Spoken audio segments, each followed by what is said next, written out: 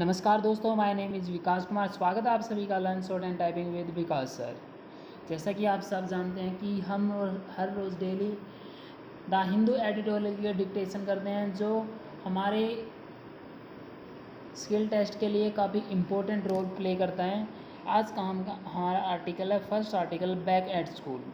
ये आर्टिकल आपका, जैसे इसमें ये बोला गया है, ऑल ओवर रिव्यू दे देता हूँ मैं आपको। इसमें ये बोला गया है कि भाई अगर जैसे हमने स्कूल ओपन किए हैं तो उसमें कोई वायरस देखने को मिला है, इन्फेक्टेड हुए हैं बच्चे या नहीं है, उसी को लेकर ये आर्टिकल आपका। इसको डिटेल में डिक्टेट करेंगे at the rate 100 word per minute. Be ready? Start.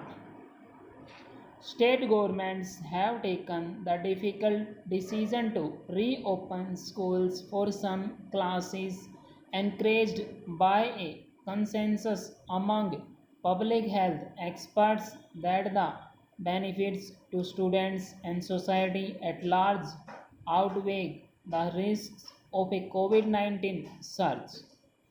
A week after many of them reopened, mainly at the secondary and higher secondary level, infections among teachers and students have not triggered an alarm, although general social attitudes towards the pandemic have turned negligent.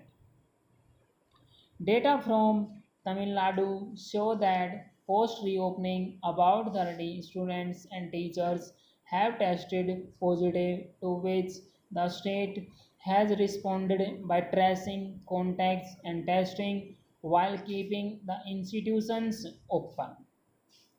Kerala, which has struggled to contain the infection rate and continues to report about 25,000 cases a day, is venturing only to reopen residential higher education institutions and final year college classes within a bio bubble of at least single dose vaccination.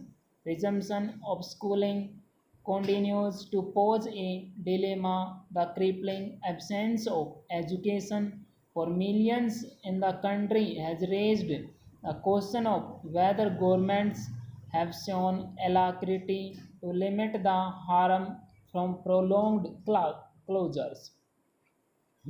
A study by economists in August showed that a mere 8% of students in rural areas had regular access to online learning and 37% were not studying at all. It is also found that only a minority of students with smartphones, 31% in urban areas and 15% in rural settings, received regular instruction. This crisis has remained neglected for over a year, and the findings underscore the need for in person teaching to resume. Among the major concerns surrounding reopening of schools is possible transmission of the virus on campuses, with implications for vulnerable individuals in the student's home. Here, the advocacy of the European Technical Advisory Group on Schooling during COVID-19, smaller class sizes, wider spaces between desks, and staggered breaks at school, is worth considering. The panel underscores the importance of evolving a follow-up protocol when a cluster of cases leads to school-wide testing. Many public health experts argue that younger children, typically in the 6 to 14 age group, have the lowest risk of moderate or severe COVID-19 infection. While this is also the cohort that needs good foundational teaching, most of these students are not eligible for vaccination. WHO recommends that for these pupils, the approach towards reopening school be caveated, risk based, and taking note of community transmission, ability to maintain physical distancing, and good ventilation. Vaccination of teachers and school staff and eligible students and free testing for all other major factors.